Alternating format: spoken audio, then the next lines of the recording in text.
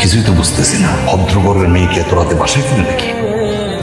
বুঝলাম না, রাতে 2টা বাজে গেছে গা, তার মেয়েতে এখন আমার কোনো নাম গন্ধ নেই। আপনার মেয়েকে আজকে বাসায় ফিরবো না? আসবে, উনি চলে আসবে, এই সময় তো আসে। ড্যাড কারা এরা? আমরা কারা এটা পরে কইতেছি, তার আগে কও এত রাতের বেলা বাসায় ফিরছো, কই আসলে? পোশাক আশাকের কি অবস্থা, এটা কি পড়ছো তুমি? মোল্লা কাকা আপনার মাইয়ের যে অবস্থা, তো পুরো বাতিলের খাতে। না না না স্যার, হইব না, চলবো না, বাতিল, পুরো বাতিল। নাউজুবিল্লাহ, নাউজুবিল্লাহ। চৌধুরী সাহেব, আমি কিন্তু অনেক আশা নিয়ে মেয়েটার আপনার কাছে দিয়েছিলাম, মেয়েটা যেন ভালো থাকে। কি অবস্থা করেছেন আমার মেয়ের! কি আশ্চর্য, আপনাদের মেয়ে মানে? ড্যাড কারা এরা? কি সব বলছে? মারে, এরা ঠিকই বলেছে, এরাই তোর আসল বাবা মা। কি বলছো এসব? মানে কি? আমি বুঝাই কইতেছি, এরা 20 বছর আগে তোমার দত্তক করেছিল তোমার আসল বাবা মা। এই যে বই রয়েছে না, এরাই তো তোমার আসল বাবা মা। ড্যাড এসব কি সার্কাস হচ্ছে আমার সঙ্গে? তুমি কিছু বলছো না কেন? ওনারা কি আসলে সত্যি কথা বলছে? হ্যাঁ। তারপর অসম্ভব, আমি এসব ফকির পরিবারে যাবো না। আপনারা চলে যান তো, চলে যান। এত সোজা 20 বছর আগে যখন তোমার মামি দিদি দত্তক করেছিল, তখন তোমার বাপ মা স্টাম্পে লিখে দিচ্ছিল যে মাইয়া যদি মানুষ না করতে পারে, মাইয়ার যখন মতো লয়ে যাবে, পারে নাই? এগুলো সাহেব যে আমার মন খারাপ করিস না। চলো, আসো, চলো।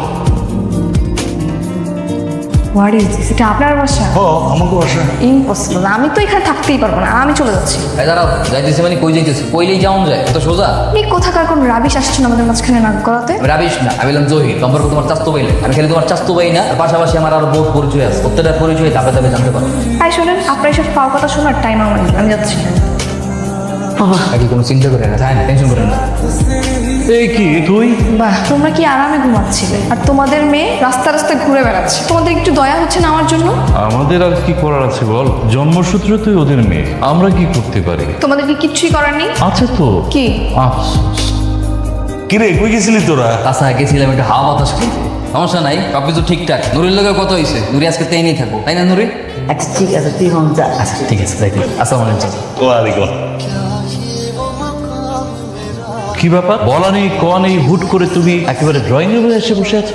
তো এখন থেকে আসলে কি পারমিশন নিয়ে আসতে হবে? হ্যাঁ। মাম্মিকে ডাকুন। মাম্মি! মাম্মি নয়, আন্টি বলে ডাকে। আচ্ছা আমার কাকা, আমি বুঝছি, সমস্যা নাই। এই আজের খাওয়া চাতারে কোনো লাভ নাই। আসল কথাই আই, ধরো তো একটা সময় আপনাকে মাইয়া ছিল, তো সেই হিসেবে অল্প কিন্তু একটা দায়িত্ব আছে না? হ্যাঁ তো। তো সেই হিসেবে মনে করেন আমি যদি ওর কাজ বাজের ব্যবস্থা করে দেন। মানে চাকরি করবে ও? 8টা সেমিস্টারে 13 সাবজেক্টে ফেল করে ওকে চাকরি দেবে কি? এত ফেল কি করে? এই ফেল টু যোগ্যতা লইয়া এমন কোনো চাকরি দেন যাতে খাপে খাপে মেলে, দেখেন পারেন কিনা? হ্যাঁ, কথাটা ও খারাপ বলে। আচ্ছা শোনো, তোমার একটা ফ্রেন্ড কয়েকদিন আগে একটা রেস্টুরেন্ট দিল না, তুমি দেখো না মানে ওখানে ওর কোনো ব্যবস্থা করে দিতে পারো কিনা? কে রেস্টুরেন্টে কাম করতে পারবো না? ওইটা নোরা না? তাই তো মনে হচ্ছে। চল তো। কিরে নোরা, তুই এনে? একটা ঝামেলা পড়ে গেছে রে, সব কিছু বলতেছি, একটু সাইডে চল। দোস্ত, আমার লাইফে না অনেক অঘটন ঘটে গেছে। তো বল শুনি। আমার যেই বাবা মা, ওনারা আমার আসল বাবা মা না, আমাকে ছোটবেলায় দত্তক নিয়েছিল। আমার যে আসল বাবা মা, ওনারা হচ্ছে ফকিন্নি গরিব, আমাকে নিয়ে বস্তিতে রেখে দিয়েছে। ও স্যার, তুই কেন বস্তিতে থাকো? হ্যাঁ দোস্ত, আমি না একদমই অ্যাডজাস্ট করতে পারতেছি না, আমার খুব কষ্ট হয়ে যাচ্ছে। তুই এত বড় একটা ঝামেলায় পড়ছো, সেটা আমাদের আগে জানাবি না? তুই আমাদের সাথে যাবি, তোর একটা থাকার ব্যবস্থা করে দেবো, ভালো খাওয়া দাওয়ার ব্যবস্থা করে দেবো, সমস্যা নাই। সত্যি নিয়ে যাবি? হ্যাঁ সত্যি, চল। আরে দাঁড়ান, আপনারা যারা লয়ে যেতেছেন কোনো আইডিয়া সত্তর টাকা পয়সা আছে নাকি নাই? এই মায়ের লয়ে জেনে যাইবে, যত খরচ পাতি সব আপনাকে গ্রহণ দিব। এই তোর কাছে কি টাকা পয়সা নাই? না। ও স্যার, কিছুক্ষণ আগে তো বান্ধবীর লাগে পুরো দরজা খোলাই করছিল, তো অনেক সোসাইটা ছিল।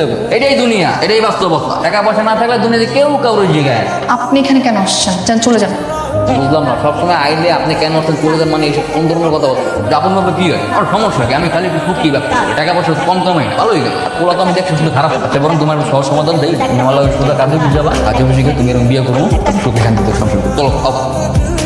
Just get lost. আমি বলছি সাপোর্টটা না বুঝে আমার তোমার মাথায় গেলেও কম তো এলে আমি কোনো কিছু মনে করি না। ওটা কথা মনে রাখি, আমি তোমার কিছু ছাড়তেছি, আমি সবসময় তোমার পিছনে ছায়ার মতো লেগে। কি রে দোস্ত, কি অবস্থা তোদের? আর কইস না তো। ও স্যার, ওর তো থাকা কারো টাকা নেই। আচ্ছা তোমার থাকার প্রবলেম সেটা তুমি আমাকে আগে বলবো না? তুমি চলো আমার ফ্ল্যাটে থাকো, তাইলে তো হয়ে গেল। ওর ফ্ল্যাটে থাক, ওর ফ্ল্যাটে অনেক জায়গা। চল তাহলে। তুমি আসো। কেন, আমি কি আসতে পারি না? তো তোমার ফ্ল্যাটে কোনো সমস্যা হচ্ছে না তো? ঠিক আছে। আচ্ছা নোরা, হাত ধরতেছো কেন? আরে বসো এখানে। আরে তোমার এই এত সুযোগ সুবিধা দিছি, আমার একটু ফ্রেন্ড দিবা না? জান, তুমি জাস্ট আমার ফ্রেন্ড। যাচ্ছ কোথায়? আমাকে বের হতে দাও। এরকম তো লাভ নাই। কে?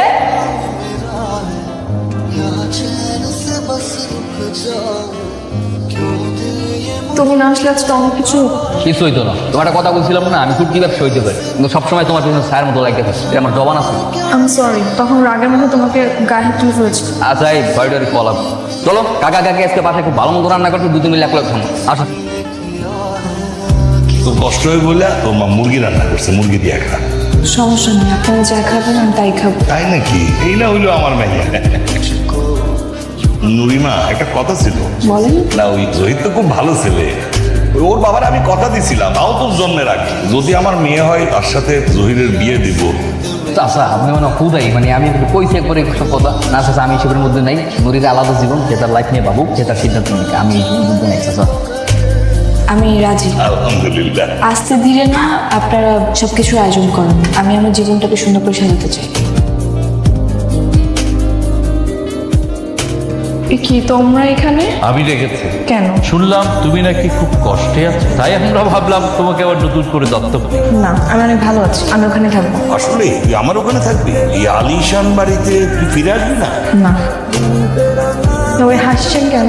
হাসি কারণ আমরা সাকসেস।